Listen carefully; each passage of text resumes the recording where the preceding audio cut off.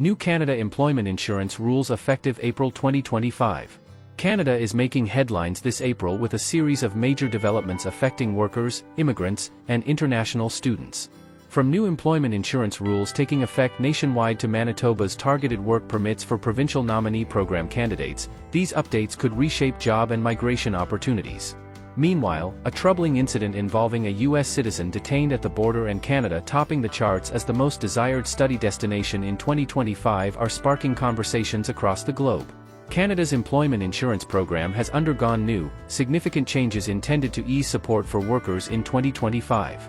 With temporary measures effective from April 1, 2025, the Government of Canada has introduced reforms to make EI benefits more accessible, offering critical relief to Canadians navigating job loss or economic shifts. From waiving waiting periods to adjusting unemployment rates, these updates are impacting millions of workers across the country. Here's everything you need to know about the new EI rules, how they work, and what they mean for you. Why are these EI changes happening? Canada's economy is facing unique challenges in 2025, driven by global economic shifts and evolving trade relationships, particularly with the United States. The government has introduced these temporary EI measures to act as a safety net for workers affected by layoffs, reduced hours, or industry disruptions. According to recent data, Canada's unemployment rate has fluctuated in key regions, prompting policymakers to enhance EI access to stabilize household incomes. These reforms aim to Zenotation Spot improve access to EI benefits for both regular and fishing claimants. Zenotation Spot reduce financial strain during job transitions. Zenotation Spot support regional economies hit hardest by economic changes. Whether you're a full-time employee, a seasonal worker, or a self-employed fisher, these changes could make a significant difference in your financial security. Let's break down the key updates. 1. Faster access to EI benefits. One of the most significant changes is the temporary waiver of the EI waiting period for new claims. Normally, when you apply for EI benefits, there's a 1-week period during which you're not paid, similar to a deductible in other insurance programs. This waiting period can create financial stress for workers who rely on immediate income after job loss. What's changing? Zenotation Spot for all new EI claims starting between March 30, 2025, and October 11, 2025, the waiting period is eliminated. Zenotation Spot. This means you'll receive your EI benefit sooner, helping you cover essentials like rent, groceries, or bills without delay. Who benefits? This change applies to all EI claimants, including regular EI claimants, e.g., workers who've lost their jobs through no fault of their own. Special benefits claimants, e.g., those applying for maternity, parental, or sickness benefits. Fishing benefits claimants, self-employed fishers. Is there a catch? In rare cases, you might choose to serve the waiting period if you're receiving a supplemental unemployment benefit plan top-up from your employer. An SUB plan supplements EI payments, and serving the waiting period could maximize your overall benefits. Speak with your employer or Service Canada to determine what's best for your situation. Pro tip: if you're unsure whether this waiver applies to you, check your eligibility on the Government of Canada's EI website or contact Service Canada at 1-800-206-7218. 2. Keep more of your benefits. Another game changer is the suspension of separation earnings allocation for EI claims starting between March 30, 2025, and October 11, 2025. This measure ensures that money you receive when leaving a job doesn't reduce your EI benefits. What are separation earnings? Separation earnings are payments you might receive when you leave a job, either temporarily or permanently. These can include 1. Vacation pay. 2. Pay in lieu of notice. 3. Severance pay. 4. Closure bonuses. 5. Sick leave credits.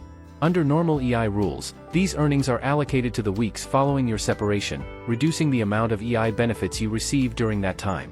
This can delay or lower your payments, creating financial uncertainty. What's changing? 1. For claims starting between March 30, 2025, and October 11, 2025, separation earnings won't be deducted from your EI benefits. 2. This means you'll receive your full EI payments alongside any separation earnings, giving you more financial flexibility during your transition. Why it matters. For many Canadians, separation payments are a lifeline after job loss. By suspending allocation, the government is ensuring that these funds don't interfere with your ability to collect EI benefits. This could mean thousands of dollars in additional support for workers, especially in industries like manufacturing, retail, or hospitality, where layoffs are common. Example, Sarah, a retail worker in Ontario, is laid off in April 2025 and receives $2,000 in severance pay. Under the old rules, this severance would reduce her EI benefits for several weeks. With the new rules, Sarah keeps her full EI payments and the severance, helping her stay afloat while she searches for a new job. 3. Making easier to qualify in your region. The third major change involves adjusting unemployment rates in certain regions to make it easier to qualify for EI benefits. This temporary measure applies to claims starting between April 6, 2025, and July 12, 2025, and it's designed to support workers in regions with lower unemployment rates. How EI eligibility works. To qualify for EI regular benefits, you need a certain number of insurable hours worked in the last 52 weeks, or since your last EI claim. For fishing benefits, you need a minimum amount of insurable earnings. The exact requirements depend on the unemployment rate in your EI economic region, which is determined by your postal code. Regions with higher unemployment rates have lower qualification thresholds, while regions with lower unemployment rates require more hours or earnings. This system can disadvantage workers in economically stable areas, even if they face job loss. What's changing? To level the playing field, the government is temporarily adjusting unemployment rates for regions with rates below 13.1%. Here's how it works. 1. 6.1% or less, the rate is set to 7.1%. 2. 6.2% to 12%, the rate is increased by 1%. 3. 12.1% to 13%, the rate is set to 13.1%. 4. 13.1% or higher, no change. You can find your region's unemployment rate by using the EI Economic Region by Postal Code tool. New qualification requirements. These adjusted rates lower the bar for qualifying for EI benefits. Here's a breakdown of the minimum requirements under the temporary measure. Table here. Why this matters. This adjustment is a lifeline for workers in regions with historically low unemployment rates, such as parts of Alberta or Ontario, where qualifying for EI can be tougher. By artificially raising the unemployment rate, the government is reducing the hours or earnings needed, making EI more accessible to thousands of Canadians. Example, John, a construction worker in Calgary, lives in a region with a 5.8% unemployment rate. Normally, he'd need 700 hours to qualify for EI regular benefits.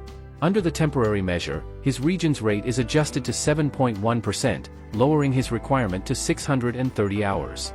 This makes it easier for John to access benefits after a seasonal layoff. Who qualifies for these EI changes?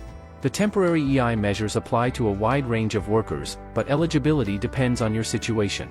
Here's a quick guide. Regular EI benefits. 1. You've lost your job through no fault of your own, e.g., layoffs, seasonal work ending. 2. You've worked the required number of insurable hours in the last 52 weeks, based on your region's adjusted unemployment rate. 3. You're available and actively looking for work. Fishing benefits. 1. You're a self-employed fisher who meets the earnings threshold for your region. 2. You've earned the required insurable earnings from fishing in the last 31 weeks. Special benefits. 1. You're applying for maternity, parental, sickness, compassionate care, or family caregiver benefits. 2. The waiting period waiver applies, but other qualification rules remain unchanged. 3. If you're unsure about your eligibility, use the EI eligibility tool or call Service Canada for personalized advice. How these changes could impact you. The new EI rules are designed to provide immediate relief and long-term stability for Canadian workers. Here's how they could affect different groups. Laid-off workers. Faster benefits. With the waiting period waived, you'll get your first EI payment sooner, potentially within 28 days of applying. More money. Suspending separation earnings allocation means you keep severance or vacation pay without losing EI benefits. Easier access. Adjusted unemployment rates lower the hours needed to qualify, especially in stable regions. Seasonal workers.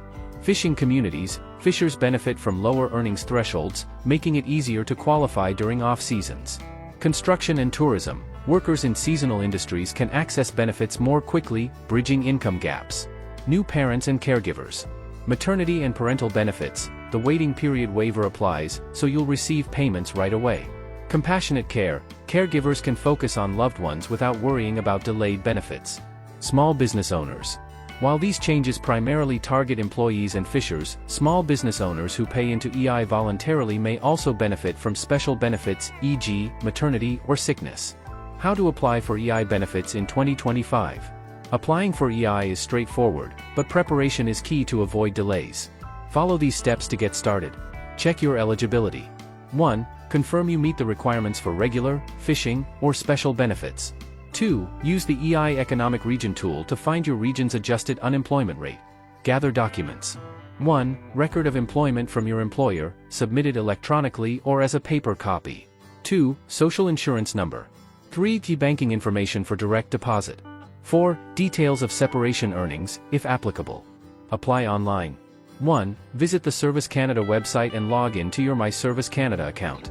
2. Complete the EI application, selecting the appropriate benefit type. 3. Submit your application as soon as possible after your last day of work. Monitor your claim. 1. Check your account for updates or requests for additional information. 2. Submit bi-weekly reports to confirm your eligibility, e.g., hours worked, job search activities. Contact Service Canada. If you have questions, call 1-800-206-7218 or visit a Service Canada office. Tip: apply for EI even if you're unsure about eligibility. Service Canada will assess your claim, and you may qualify for more benefits than you expect. What's next for EI in Canada? The temporary measures are set to expire by October 11, 2025, for most changes, with the unemployment rate adjustment ending on July 12, 2025. However, advocates are calling for permanent reforms to address gaps in the EI system, such as Z-notation spot lowering qualification thresholds for all regions. Z-notation spot extending benefit durations for long-term unemployed workers. Z-notation spot expanding coverage for gig workers and self-employed Canadians. As Canada navigates economic uncertainties, the government may introduce additional supports or extend these measures beyond 2025. The new EI rules are a lifeline for workers across Canada, and spreading the word can help ensure everyone benefits. Share this article on social media, email it to friends and family, or discuss it with coworkers. Together, we can help Canadians navigate these changes and secure the support they deserve. For the latest updates, visit canada.ca or follow Service Canada on X. Frequently asked questions. When do the new EI rules start? The waiting period waiver and separation earnings suspension apply to claims effective March 30, 2025. The unemployment rate adjustment applies to claims effective April 6, 2025. How do you know my region's unemployment rate? Use the EI Economic Region by Postal Code tool to find your region's rate and adjusted rate under the temporary measure. Can you still serve the waiting period? Yes, if you're receiving a Supplemental Unemployment Benefit (SUB) plan top-up, you may choose to serve the waiting period to maximize your benefits. Contact Service Canada for guidance. Do these changes affect EI special benefits? The waiting period waiver applies to special benefits, e.g., maternity, parental, sickness, but other rules remain unchanged. What if I have an EI violation? Violations, e.g., for misrepresentation, may require you to meet higher hours or earnings thresholds. Check your EI file with Service Canada to confirm. Special work permits will be available for Manitoba PNP candidates. Some Manitoba Provincial Nominee Program candidates will be able to obtain work permits to prevent them from losing their status. These special Manitoba-specific work permits can be issued for up to 2 years.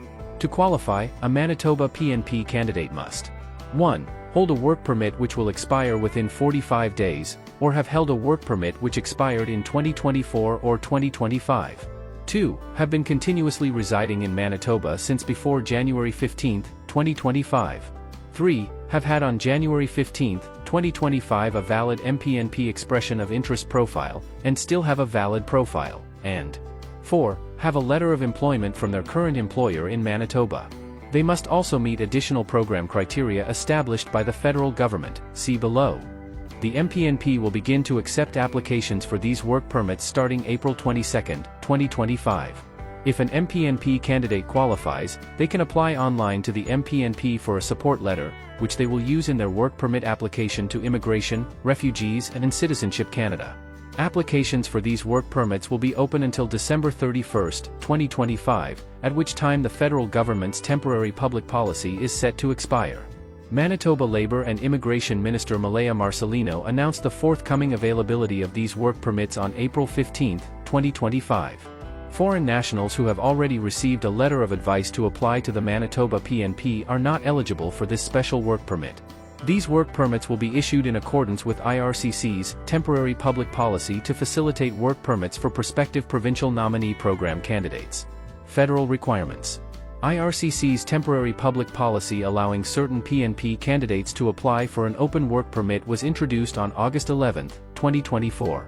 MPNP candidates must also meet some additional requirements of the temporary public policy established by the federal government, which may be summarized as holding a valid work permit. 1. Having held a work permit on May 7, 2024 that has since expired, and having since either applied for an extension of authorization or restoration of status, or 2. Having held maintained status on May 7, 2024, and having submitted a work permit extension application permit prior to this date with the application being currently pending or having been approved. 3. You can get more detailed information surrounding this federal eligibility criteria by visiting one of our previous articles delving into this temporary public policy. How to apply for consideration. Those who meet the above-mentioned eligibility criteria may apply for a support letter by completing an online submission form, which will become available on April 22, 2025. To be eligible, you must provide a copy of your expression of interest profile and a letter of employment from your current employer. You will also need to attach a copy of one of the following pieces of documentation. 1. Your current work permit. 2. Proof of authorization to work, or 3. Proof that, as of May 7, 2024, you held a valid work permit and have since applied for restoration of your temporary resident status, under Section 182 of Immigration and Refugee Protection Regulations. 4. If you do not meet the eligibility criteria or have failed to provide adequate documentation, your application will be rejected. Note, you are not guaranteed to receive a support letter even if you are eligible, as Manitoba retains the authority to restrict the quantity of issuances at its discretion. Rational. IRCC and Manitoba want to allow workers contributing to Manitoba's economy to retain their work authorization while they are under consideration as PNP candidates through the MPNP. While bridging open work permits are often available for those who have submitted PR applications, no such special work permit existed for PNP candidates. Given how long it can take for a foreign national to move from a candidate to a PR applicant, many are at risk of losing their work authorization. For example, if their post-graduation work permit expires, or if they are unable to renew their temporary foreign worker program work permit due to the moratorium on processing of labor market impact assessments for low-wage positions. The temporary public policy was created to allow provinces to help bridge the gap in work status for PNP candidates actively working in provinces and at risk of losing their status. By allowing eligible candidates to extend their work permits, we're helping more Manitoba workers and families to continue building their lives in Manitoba, Marcelino stated in a press release. This is good news for our economy, businesses, and communities across Manitoba. U.S. citizen says he and his wife detained without explanation after returning from Canada. An American citizen says he and his wife were detained for hours by U.S. border agents when they returned to the United States after a short trip to Canada.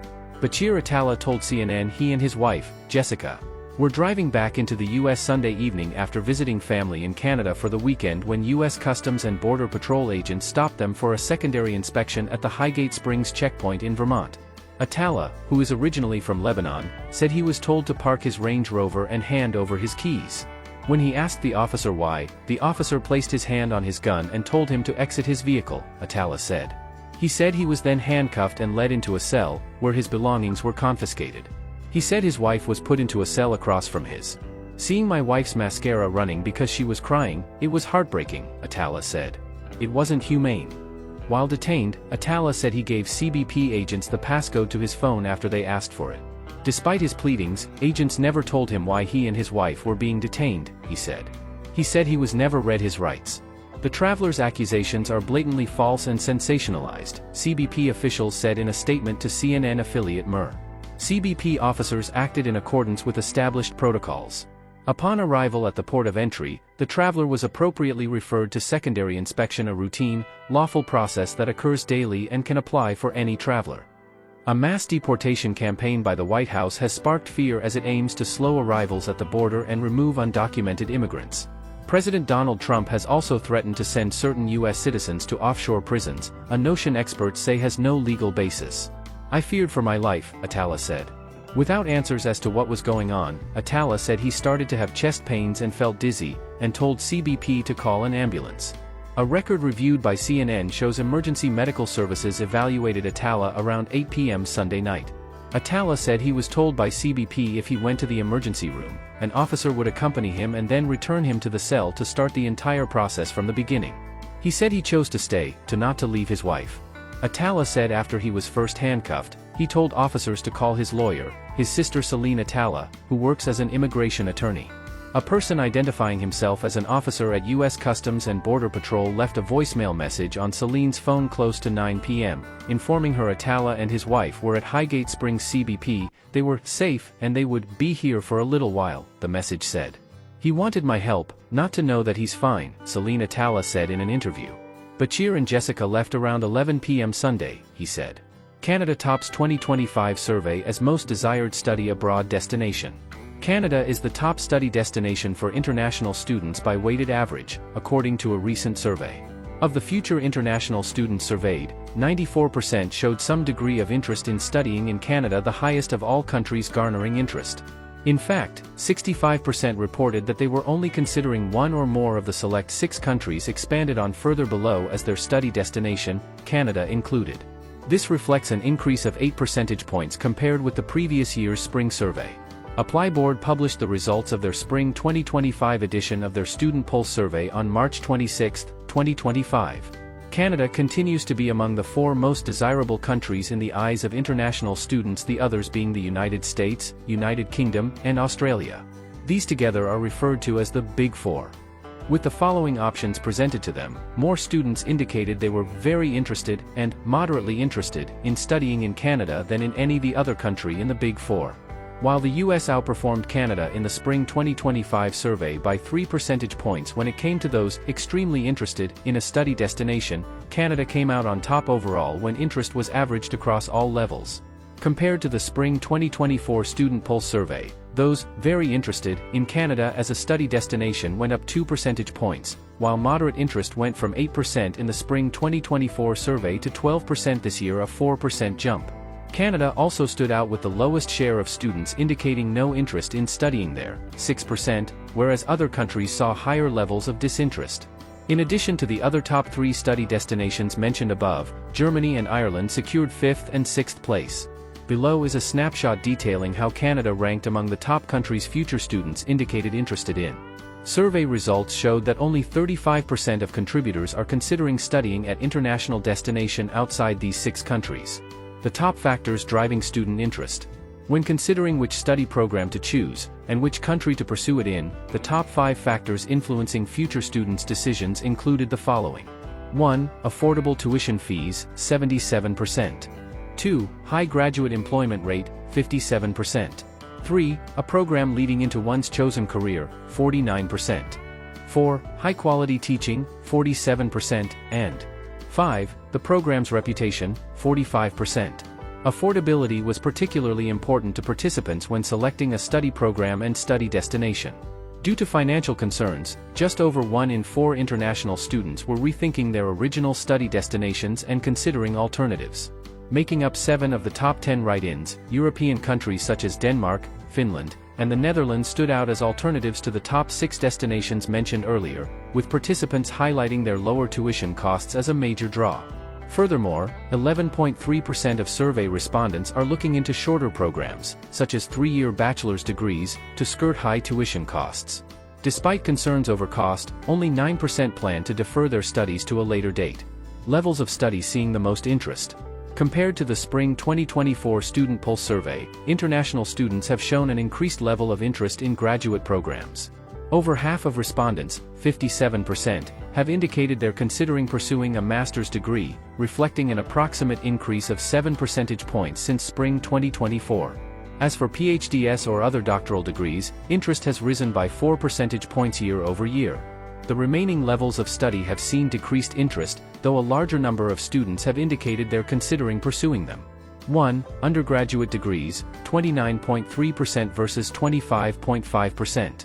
2. Postgraduate certificates or diplomas, 20.9% versus 18%, and 3. Undergraduate certificates or diplomas, 14.7% versus 12%. Once their studies were complete, the most frequently mentioned career or related keywords that students were interested in included 1. Engineering, and 2. Nursing, along with, more generally, healthcare. 3. After the above-mentioned careers, lecturer, researcher, and human resources tied for 3rd place. Have government and policy changes impacted interest? the federal government's new policy of capping study permit applications does not appear to have reduced interest in Canada as a study destination. The number of study permits approved in 2025 dropped to 437,000, in comparison to the 517,410 study permits approved in 2024. Meanwhile, 30% of international students report that their interest in studying in Canada has increased as a result of recent changes, while 18% report it as having somewhat increased. Just under 29% of international students have expressed that recent government and policy changes have had no impact on their interest in Canada as a study destination. This makes good sense. With it now being more difficult to obtain a Canadian study permit, the value and prestige of studying in Canada as an international student has increased. Furthermore, fewer international student graduates means a less competitive job market for those intending to remain in Canada working on a post-graduation work permit after having completed their studies. Canada, along with the US, are the two countries making up the Big Four that have seen policy and government changes having the greatest impact, positive or negative, on student interest to study in either of these locations. How to apply for a study permit. If you want to study at a Canadian learning institution for more than 6 months, you must obtain a study permit from Immigration, Refugees, and Citizenship Canada. Getting a study permit requires meeting certain eligibility criteria outlined by IRCC. 1. Receiving a letter of acceptance from a designated learning institution. 1. Securing a provincial attestation letter from the province or territory where your chosen DLI is located, unless you meet exemption criteria. 2. Proving your ability to financially support yourself, along with any applicable family members, and pay for Zenotation Spot first-year tuition, Zenotation Spot living expenses, and Zenotation Spot round-trip travel costs. Additionally, you must not be inadmissible to Canada, e.g. criminally or medically, and must satisfy an immigration officer of your genuine temporary resident intent. Most foreign nationals must apply for a study permit from outside Canada. Some foreign nationals, such as U.S. citizens, are eligible to apply for study permits from within Canada or at a port of entry. Note, processing times for study permits can vary due to numerous factors, including the country you are applying from. You can check estimates here. Study to immigrate pathways. If you graduate from an eligible Canadian post-secondary institution, you may qualify for a post-graduation work permit. These are open work permits, meaning that they do not tie you to a specific employer. As a holder of an open work permit, you're authorized to work for most employers for most industries in Canada. Such permits can be issued for up to 3 years in duration, depending on the length of your study program, allowing you to accumulate Canadian work experience and/or acquire a job offer. Having Canadian work experience is beneficial in that it allows you to become a more competitive candidate for permanent residency under Canada's economic immigration pathways, including express entry and enhanced provincial nominee program streams.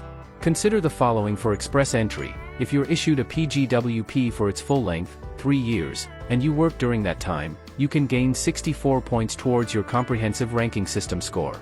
Furthermore, through skill transferability factors you can gain Zenotation Spot up to 50 CRS points for having at least 2 years of Canadian work experience and a post-secondary education, and Zenotation Spot up to 50 CRS points for having 3 years of foreign work experience and 2 or more years of Canadian work experience.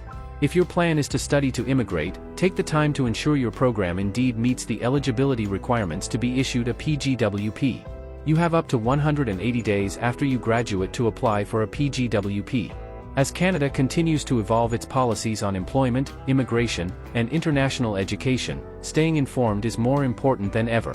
Whether you're a job seeker eyeing Manitoba's special work permits, an international student planning your next move, or someone watching how cross-border policies unfold, these updates are shaping the future of life and opportunity in Canada. Keep following for the latest developments that matter to you. That is all for today, in this video. What are your thoughts on this? Please let us know in the comments section below. Thanks for watching the entire video. Hopefully, the information is useful to you. See you later, in the next video. Till then, take care.